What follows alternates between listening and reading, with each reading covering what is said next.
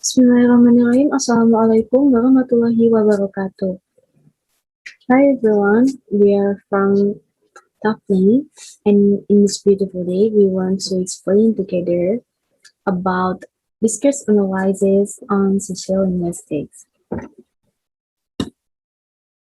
Here's the table of the content. So the first, we want to know together about pragmatic and politeness theory. And the second one, we want to know about ethnography of speaking. And the next, we will learn together about interactional linguistics, sociolinguistics, also conversational analysis. And the last, we will learn together about critical discourse analysis. The verse, we will talking about pragmatic and politeness theory. So what is pragmatic mean? Pragmatic is the study of how meaning is derived from context. However, it goes necessarily with a relation to the hidden meaning of a speaker. It could be referred that the field of pragmatic investigates what is unsaid. It depends on the notion of the speaker that processes for intention that what she or he wants to say to the listener while dealing with different situations. Pragmatic is also the study of how language is used in a context.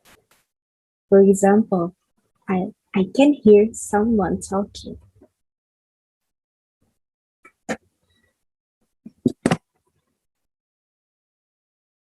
The next is about conversational mixins between implicature and politeness.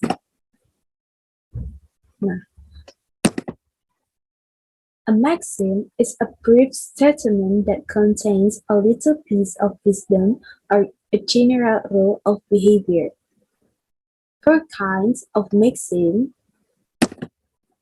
The first is about quantity.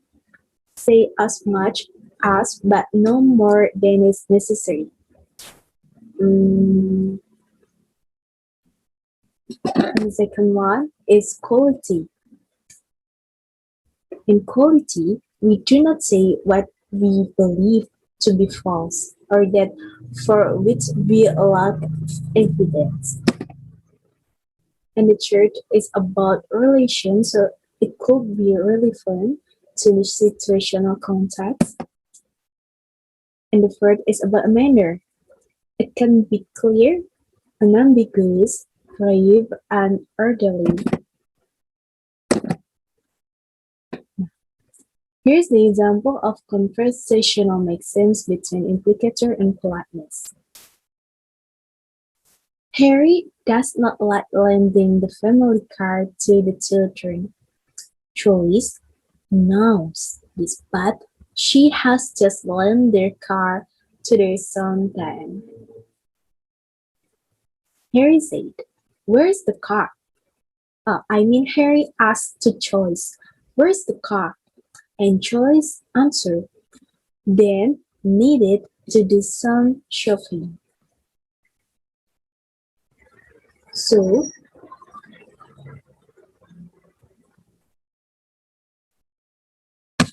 okay. And the next is about conversational maxims and politeness. One of the reasons people don't follow conversational maxims is their attempt to be polite. Brown and Levinson in 1987 argued that there are 3 social factors that are universally relevant to polite conversational practices. So the first is how well you know someone, and the second is what is their status relevant to yours, and the third is ranking of the imposition. Now, here's the 3 rules of politeness. So the first, don't impose. For example, use modals and H. The example of the sentence, I wonder if I might just open the window a little. And the second is give opinion. For example, use interrogative or including tech question. The example and the sentence. Do you mind if I open the window? And the last, be friendly. Be friendly means we use informal expression or endearments. For example, be a honey and open the window, darling. Here's the example of conversational maxims and politeness. In the situation, Rick makes a request to his mother in the family living room. Rick asks to his mother, Mom, do you think I could possibly just borrow your car? And her mother, eh, and his mother is front. Then Rick asks to his mother again, just for a little while. Then his mother said, well, and Rick answered, it's just that I need to get this book to Helen tonight.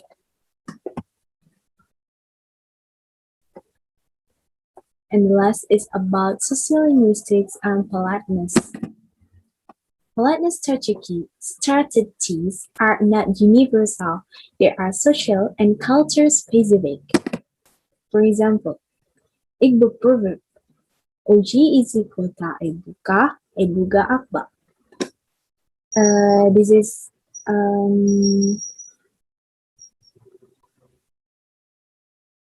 this is the this is Nigerian language, and it means that someone who disturbs the hornet's nest gets stung by hornets. For example, expect negative consequence from unwise behavior. The second is about ethnography of speaking. Okay, now we'll discuss about the ethnography of speaking. What is the ethnography of speaking? Apakah itu ethnography of speaking? The ethnography of speaking is an approach to analyzing language which has been designed to heighten awareness of culture-bound assumptions. Jadi, ethnography of speaking yang juga dikenal sebagai etnografi komunikasi karena mencakup fitur komunikasi nonverbal merupakan pendekatan untuk menganalisis bahasa yang telah dirancang untuk meningkatkan pemahaman yang terkait dengan budaya. Speaking component yang pertama ada setting, where the talk takes place, di mana tempat pembicaraan berlangsung maupun komunikasi dilakukan. Contohnya, at home, in classroom, in an office. Kemudian yang kedua ada participants, characteristics of those present and their relationship. Karakteristik dan orang-orang yang melakukan komunikasi.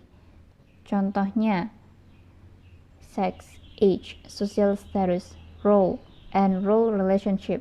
Role relationship di sini contohnya seperti hubungan antara ibu dengan anak perempuan, kemudian hubungan guru dengan murid, hubungan antara pewawancara televisi dengan kemudian narasumber dan juga penonton.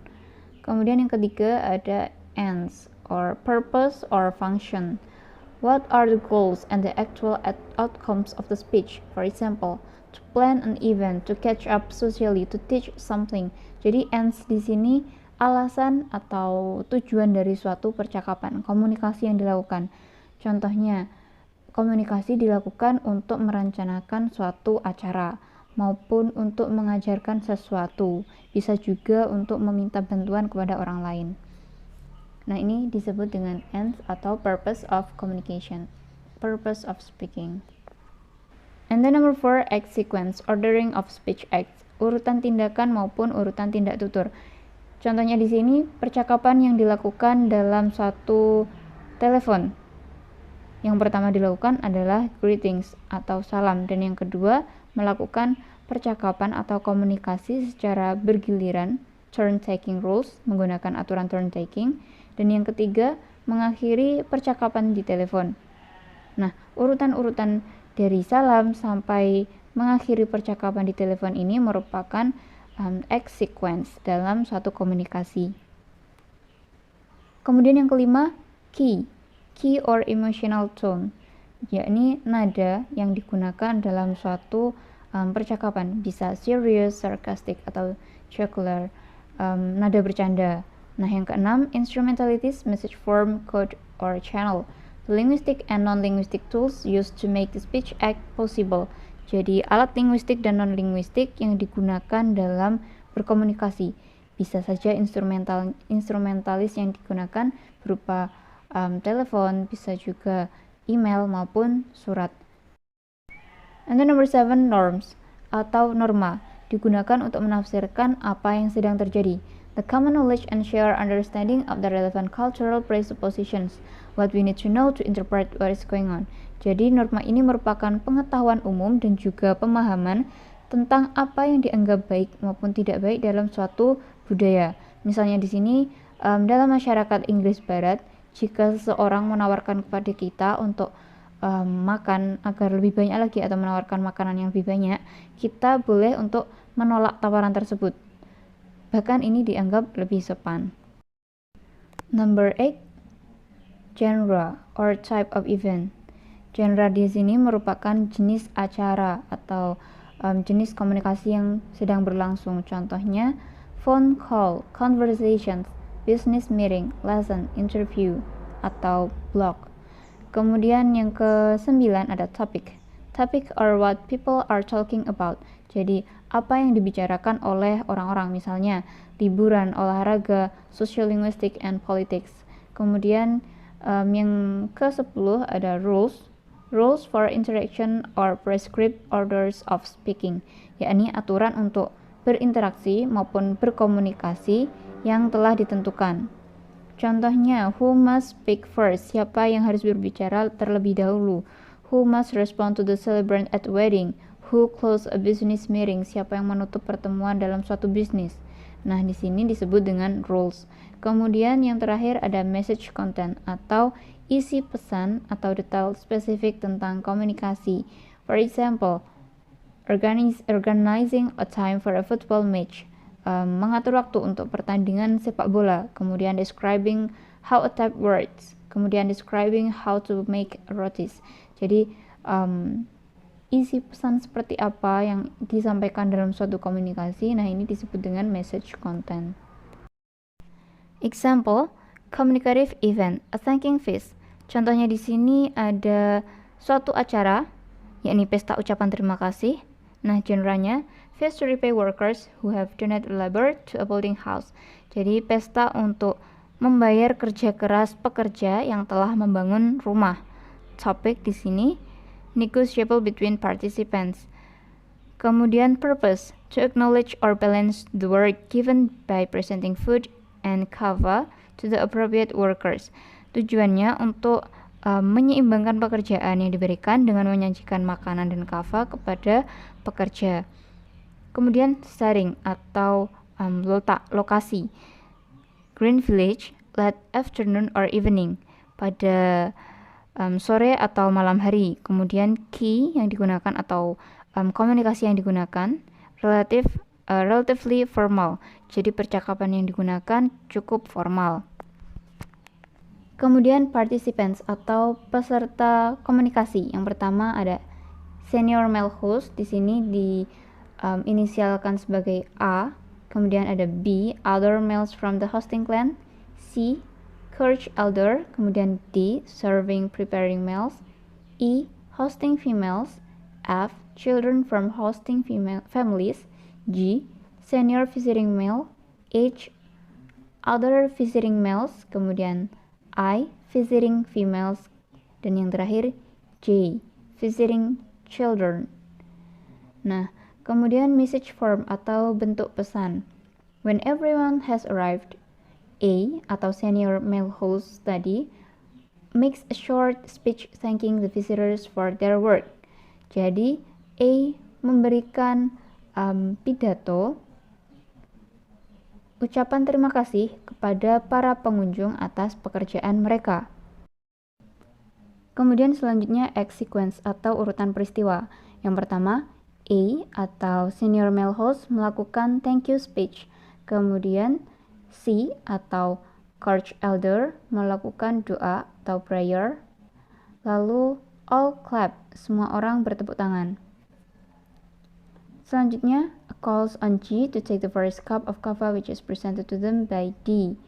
D atau serving or preparing meals tadi. G must drink the kava in full view of the audience and standing. When G is finished, all clap. Semua bertepuk tangan.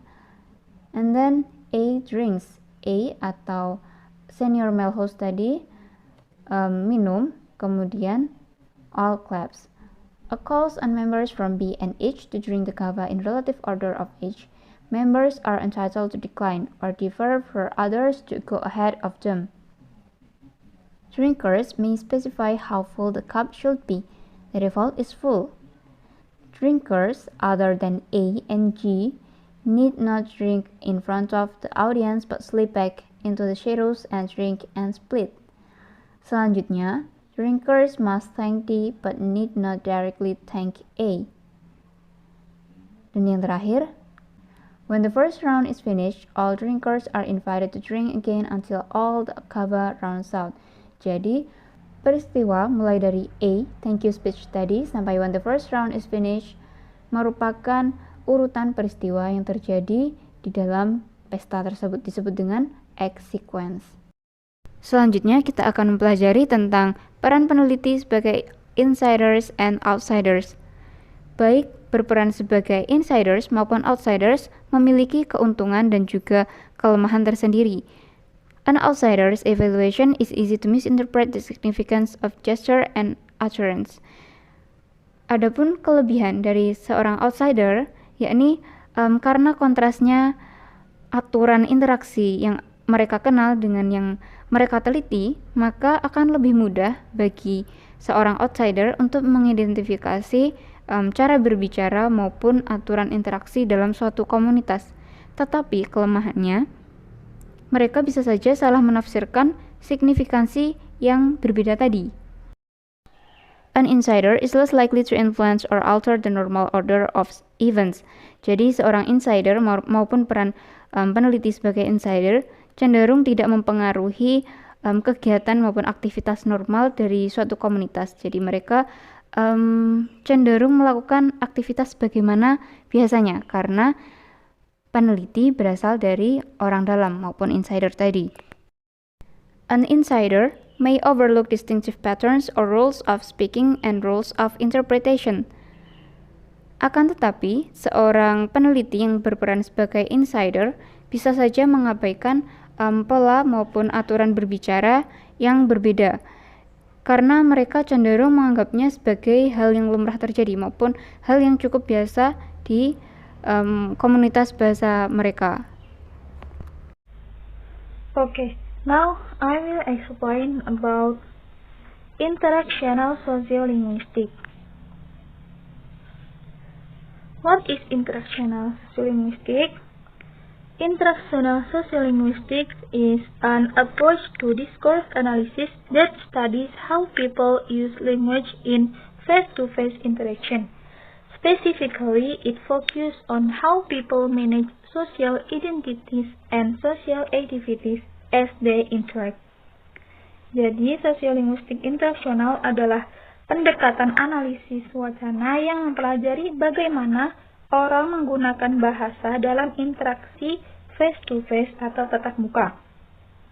Secara khusus berfokus pada bagaimana orang mengelola identitas sosial dan aktivitas sosial saat mereka berinteraksi. For example, the speech even took place when they have a midday prayer at the mosque. There are teacher, student 1, and student 2. Pada tuturan ini,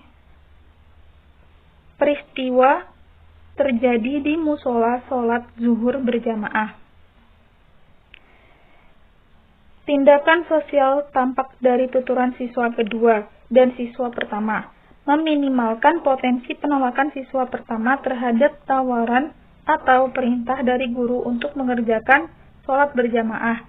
Siswa 2 berusaha mempertahankan hubungan sopan santunnya terhadap gurunya dengan memberikan alasan yang masuk akal untuk tidak melakukan perintah dari gurunya. Dengan alasan yang diberikan oleh siswa 2, maka guru tidak kehilangan muka di hadapan muridnya yang menolak perintah dari seorang guru. Siswa pertama tidak kehilangan rasa hormatnya kepada gurunya. Hubungan mereka sebagai guru dan murid masih terjaga walaupun siswa 1 telah menolak perintah dari gurunya untuk mengerjakan sholat berjamaah setelah siswa 2 memberikan alasan yang masuk akal. And then, the main contributors to the interactional sociolinguistics. There are 2 contributors. The first is contextualization cues. Contextualization cues are signaling mechanisms used by speakers to indicate how they mean what they say. Contextualization cues include features of language, elements of linguistic structures, such as words and syntax. Jadi, yang pertama yaitu isyarat kontekstualisasi. Isyarat kontekstualisasi adalah mekanisme pensinyalan yang digunakan oleh penutur untuk menunjukkan bagaimana maksudnya dengan apa yang mereka katakan. Isyarat kontekstualisasi mencakup fitur bahasa, elemen struktur linguistik seperti kata dan sintaks. For example, 3 people in a Montreal cafe. 2 are fluent bilinguals, 1 has only a working knowledge of French. There are waiter and bilingual customers. Di sini, waiter menawarkan pelanggannya pilihan bahasa kepada mereka. Namun, pelanggan menolak untuk memilih dan memaksa pelayan untuk membuat pilihan. Di sini, isyarat kontekstualisasi dalam bentuk kegigihan pelayan dan pengulangan pertanyaannya. Keluhannya dan pengabaian sementara dari pelanggan semuanya menunjukkan bahwa dia sangat tidak senang dipaksa membuat pilihan. And then, isyarat kontekstualisasi juga dapat berupa gerakan wacana.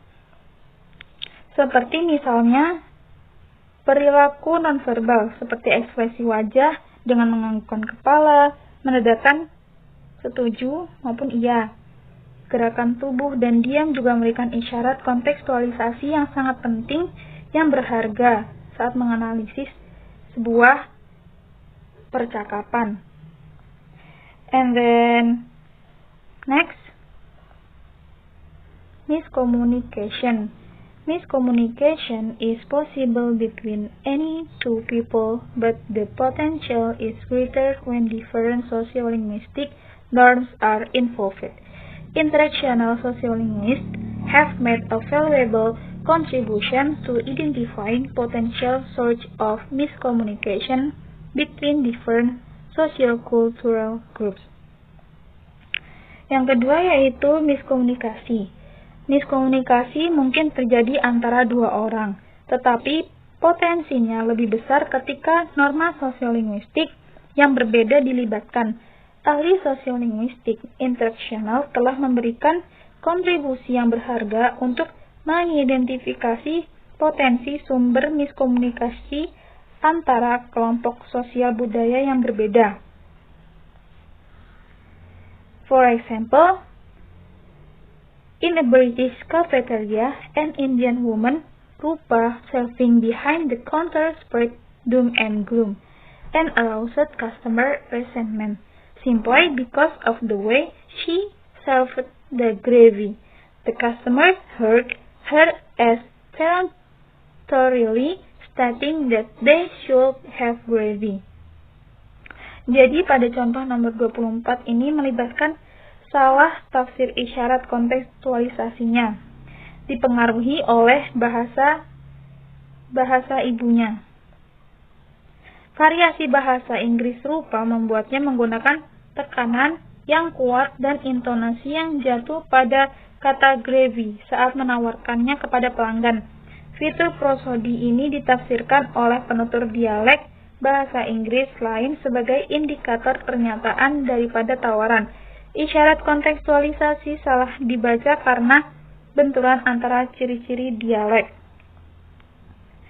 And then, an interactional sociolinguistic approach focuses then on the consequence of different background assumptions for interaction between groups. When expectations are not fulfilled, listeners make inferences about the speaker. Example, she measured. He is trying to oven. He is incompetent. She is stupid. Very rarely do we assume that the speaker has a different set of interactional rules of speaking which account for this from the listener's point of view. Unexpected or damaging response. And of course, since the majority group's definition of even generally takes precedence, it is typically minority group members who suffer. This point is discussed further in the section on critical discourse analysis. Pendekatan sosiolinguistik interactional berfokus kemudian pada konsekuensi asumsi latar belakang yang berbeda untuk interaksi antar kelompok. Ketika harapan tidak terpenuhi, pendengar membuat kesimpulan tentang pembicara. Contohnya, dia salah dengar, dia mencoba menyinggung, dia tidak kompeten, dia bodoh. Sangat jarang kita berasumsi bahwa pembicara memiliki seperangkat aturan interaksional yang berbeda dalam berbicara yang menyebabkan respons mereka dari sudut pandang pendengar yang tidak terduga atau merusak. Dan tentu saja karena definisi peristiwa dari kelompok mayoritas umumnya didahulukan, biasanya anggota kelompok minoritas yang menderita. Poin ini dibahas lebih lanjut di bagian analisis wacana kritis, discourse analysis. Begitu penjelasan dari interactional sociolinguistic dan akan dilanjutkan oleh materi berikutnya. Okay, next I'm going to explain about conversational analysis. But first, we have to know what is conversational analysis. So, conversational analysis is commonly abbreviated as CA, is an approach to the study of social interaction, embracing both verbal and non-verbal conduct in situation of everyday life. Jadi maksudnya, CA atau analisis percakapan adalah pendekatan untuk mempelajari interaksi sosial, merangkul baik perilaku verbal dan non-verbal dalam situasi kehidupan sehari-hari. Nah, conversational analysis looks at ordinary, everyday spoken discourse and aims to understand from a fine-grained analysis of the conversation how people manage their interaction.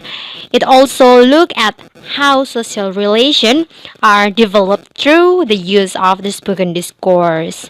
Jadi, teori analisis percakapan ini memfokuskan perhatiannya pada interaksi dalam percakapan seperti berbagai gerakan oleh komunikator dalam kehidupan sehari-hari dan bagaimana mereka mengelola dan mengatur urutan pembicaraan sebagaimana yang terlihat jelas pada perilakunya. Well, let's find out another explanation about conversational analysis. So in conversational analysis, there are some aspects on it. For example, there are adjacency pairs. So an adjacency pair is a unit of conversation that contains an exchange of one turn each by two speakers. The turns are functionally related to each other in such a fashion that the first turn requires a certain type of or range of types of second turn.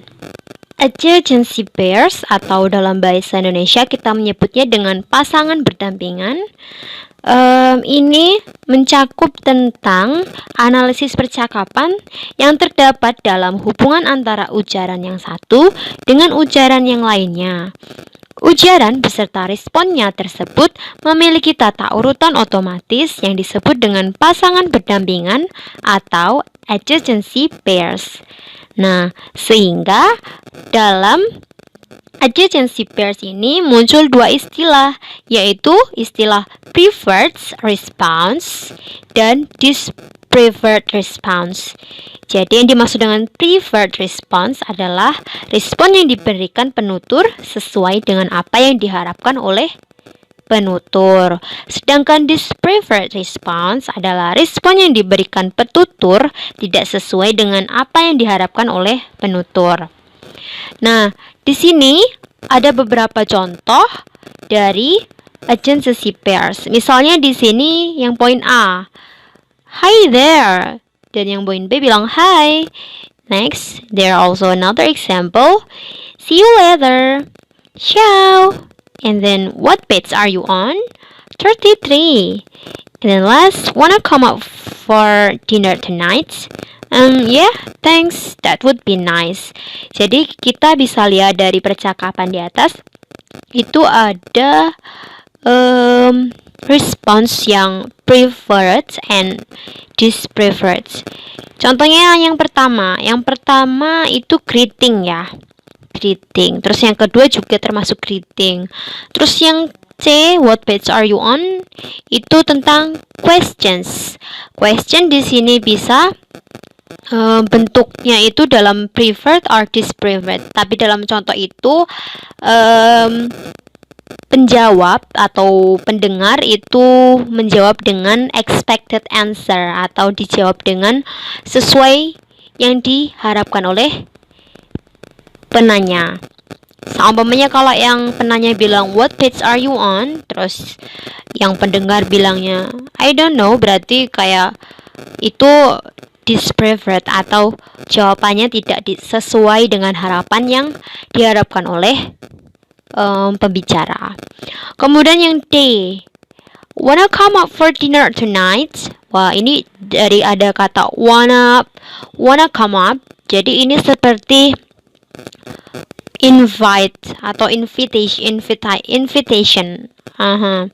Nah, di situ jawabannya yeah, thanks, that would be nice. Itu bisa berbentuk preferred or dispreferred. Kalau preferrednya bisa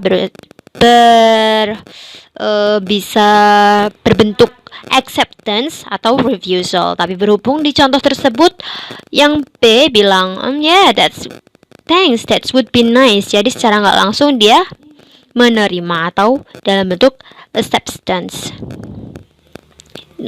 Sebenarnya masih banyak sekali contoh-contoh dari adjacency pairs, tapi di sini saya hanya menyebutkan beberapa yang sering muncul ya.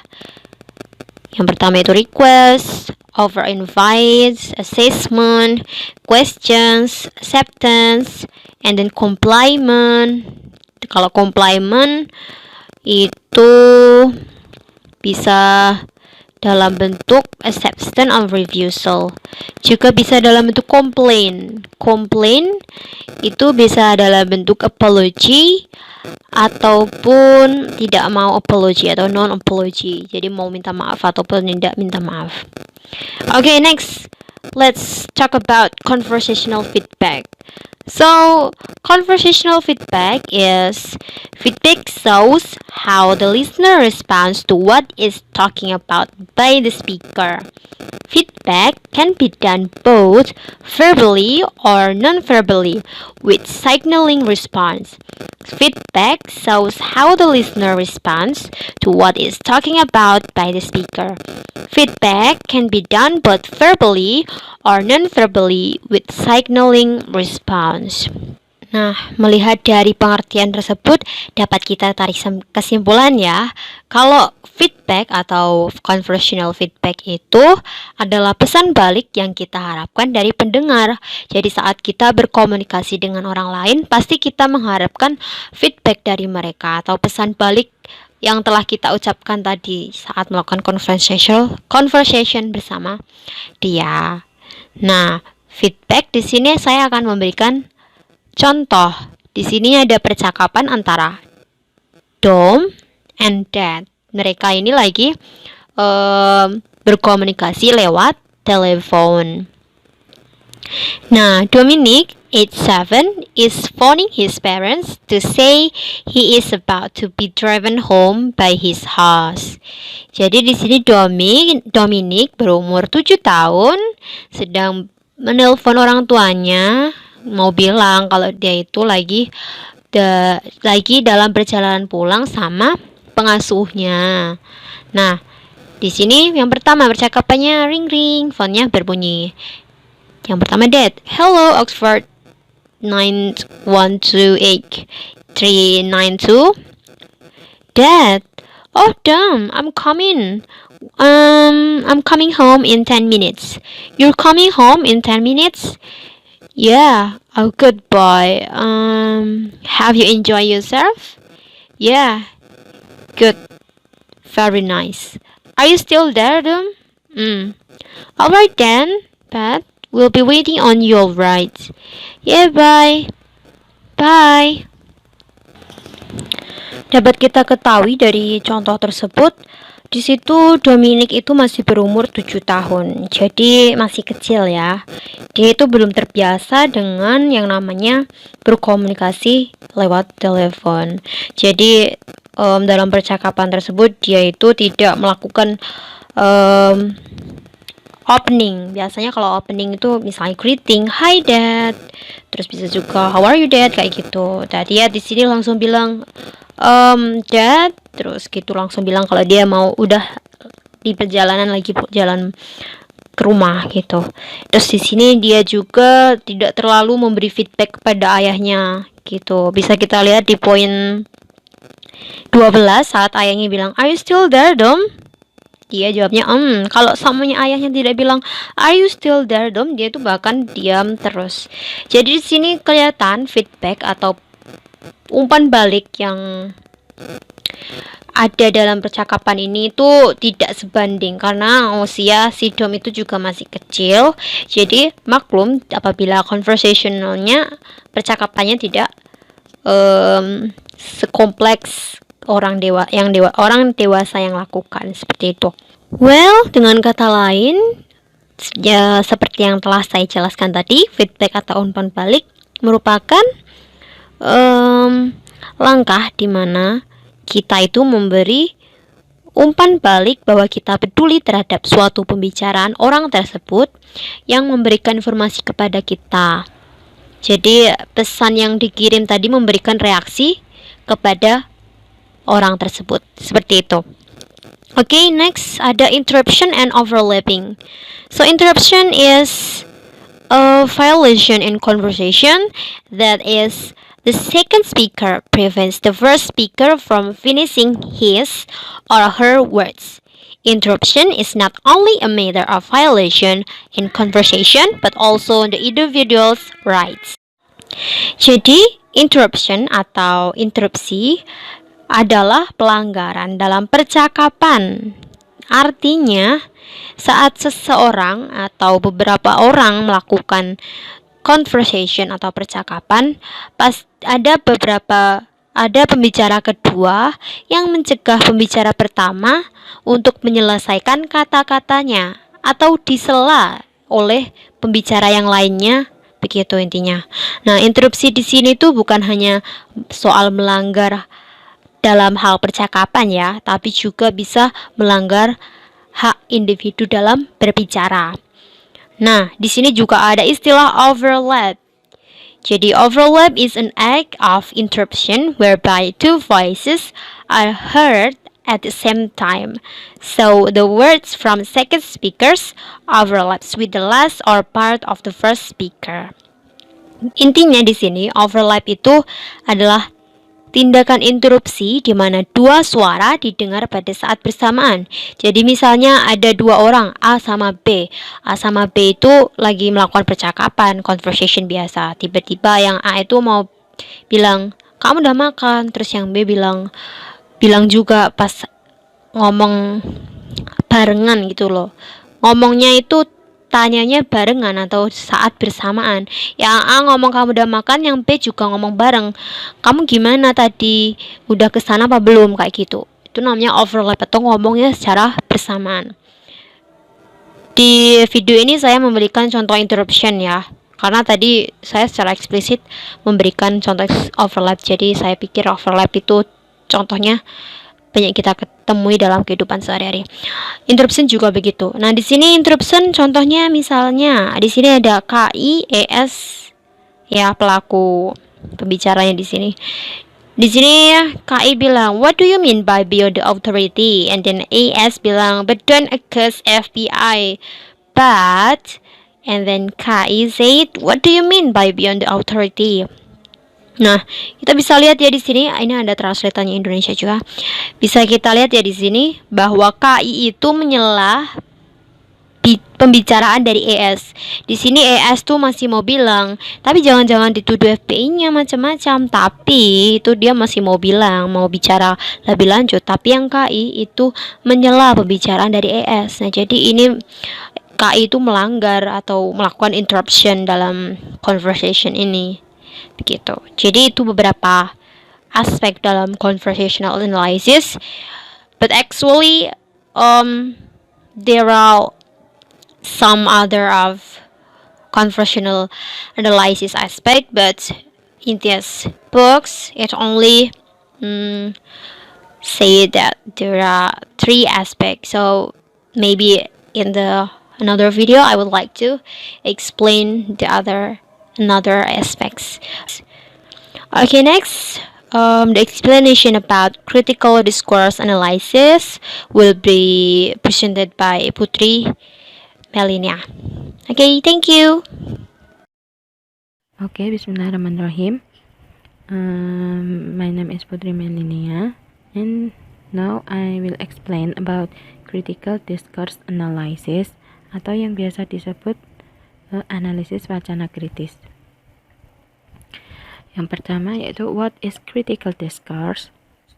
CDA by contrast is explicitly concerned with investigating how language is used to construct and mention power relationship in society. The aim is to show up connection between language and power and between language and ideology.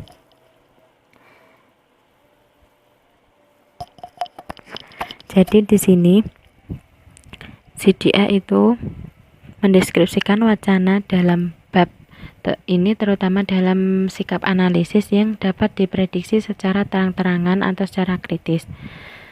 CDA secara eksplisit itu berkaitan dengan penyelidikan bagaimana bahasa itu tuh digunakan untuk membangun dan memelihara hubungan kekuasaan dalam masyarakat, dan tujuannya adalah untuk menunjukkan hubungan antara bahasa dan kekuasaan dan juga antara bahasa dan ideologi. Okay, for example, ini police officer behind desk in police station greets a woman who approaches the desk. Police officernya bilang, "Good morning, love. What can I do for you?" And womennya menjawab, "Good morning, constable. I want to see your sergeant." And it is love. It is not love. It's detective inspector. Maksudnya di sini tuh petugas polisi yang ada di kantor polisi itu menyapa seorang wanita yang mendekati meja polisi tersebut. Salah satu percakapannya yaitu polisi itu tuh mengatakan, "Selamat pagi sayang, yang ada yang bisa kami bantu?" Terus wanita itu tuh menjawab, "Selamat pagi polisi, saya ingin melihat jasad Anda, dan ini bukan cinta tapi saya tuh detektif inspektur." Dan dalam contoh ini tuh petugas polisi itu istilah cinta itu bukan digunakan cinta yang cinta gitu, bukan, tapi untuk menyapa dengan ramah gitu loh, biar kelihatan ramah. Dan mungkin itu tuh baginya wanita itu tuh merupakan bentuk panggilan yang tidak tepat. jawabannya itu memperjelas bahwa dia tuh tidak menyetujui cara polisi itu memanggil dia. Okay. The next is power of CDA. In CDA, language but reflect and recreates power, providing a useful starting point of knowledge for how power is exercised and practiced. It also involves knowledge, representation, ideas, culture, leadership, and authority. Jadi itu dalam critical discourse analysis, bahasa itu mencerminkan dan menciptakan kembali kekuatan yang memberikan titik awal yang berguna dari pengetahuan tentang bagaimana kekuatan itu dijalankan dan dipraktikkan. Di dalam ini juga melibatkan pengetahuan, representasi, ide, kepemimpinan, budaya, dan otoritas. Okay, for example, a police officer is questioning a suspect about growing cannabis. The interview is aimed at establishing whether he was growing it for his own use or for sale. And then ini contoh percakapannya antara Cliff and Ron. Ya bisa dibaca sendiri dan dipahami sendiri. There are two main fields that have to be explored, and then next, in this unequal encounter, the police officer has the right to ask questions and to expect the suspect to answer them. In lines 1 until 4, the police officer first asks Sam to confirm something he has said earlier.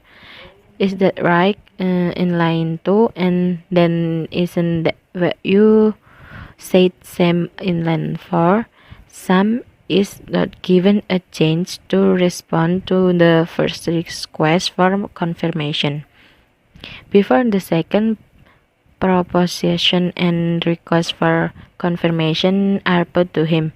If you compare this interaction with a conversation with a friend, it is immediately apparent that this technique could be interpreted and badgering and even verbally bullying some into a response. The police officer is here challenging some to confirm a proposition that will form the foundation for argument that he needs to sell the cannabis he grows in order to survive. It appears that Sam does not sheet the trap. Since he voluntarily reveals that he is in need of money for extras above bar substance in line 7. Ya, maksudnya di sini dalam pertemuan yang tidak seimbang ini, petugas polisi itu berhak mengajukan pertanyaan dan mengharapkan tersangka menjawabnya. Pada baris yang pertama sampai keempat, polisi itu pertama kali meminta Sam untuk mengkonfirmasi sesuatu yang dia katakan sebelumnya, apakah itu tuh benar yang ada di baris kedua, dan kemudian bukankah itu yang Anda katakan, Sam? Sam tidak diberi kesempatan untuk menanggapi permintaan konfirmasi pertama tadi, karena tidak ada jeda setelah itu sebelum proposisi kedua dan permintaan konfirmasi diajukan kepadanya. Jika Anda membandingkan interaksi ini dengan percakapan dengan seorang teman, akan segera terlihat bahwa teknik ini dapat diartikan sebagai mendesak dan juga bahkan secara verbal ini tuh berarti menindas Sam, seolah menjadi sebuah tanggapan. Dan juga petugas polisi di sini itu menentang Sam untuk mengkonfirmasi proposisi yang akan membentuk dasar untuk argumen bahwa dia itu perlu menjual ganja yang dia tanam untuk bertahan hidup. Tampaknya Sam di sini tuh melihat jebakan itu karena dia sukarela mengungkapkan bahwa dia membutuhkan uang tambahan di atas makanan.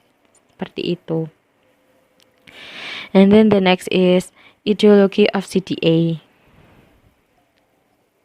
Di sini ada 2. And the first, researchers employing the CDA methodology aim at discovering hidden message and assumption in the discourse. And the next, in critical sense ideology, is a particular way of representing and constructing society with reproduce and equal relation of domination and explanation. Ideology involves cognitive comprehension of power relation in society. Maksudnya di sini ideologi dan CDA itu peneliti yang menggunakan metodologi CDA itu tuh bertujuan untuk menemukan pesan dan asumsi tersembunyi dalam sebuah wacana. Dan dalam arti kritis, ideologi adalah cara tertentu untuk mempresentasikan dan membangun masyarakat yang memproduksi hubungan dominasi dan eksploitasi yang tidak setara. Ideologi melibatkan pemahaman kognitif tentang hubungan kekuasaan dalam masyarakat. For example, police shot 11 people dead in pro-democracy demonstration, and B, rioting black shot dead as political leader meet. Yang pertama itu polisi menembak mati 11 orang dalam demonstrasi pro-demokrasi. Yang kedua itu kerusuhan kulit hitam, itu ditembak mati saat para pemimpin politik bertemu.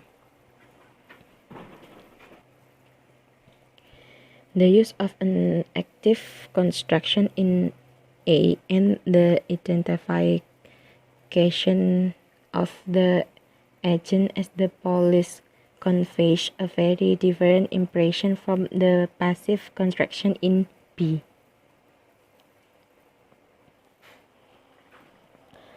Where the agent have disappeared, the use of the word writing in B could be read as implying that the shooting was justified while the choice of blacks objectifies the shot. Finally, the inclusion of the information in A that the incident involved a pro-democracy demonstration communicates a very different message from the message conveyed in B, where it is implied that the reason for the rioting is related to the meeting of political leaders.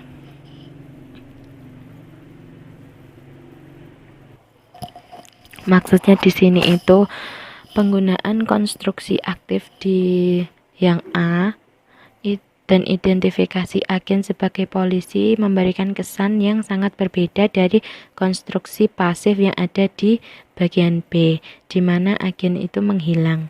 Penggunaan kata huru hara pada bagian B dapat diartikan bahwa penembakan itu dibenarkan, sedangkan pilihan orang kulit hitam mengobjektifkan penembakan tersebut.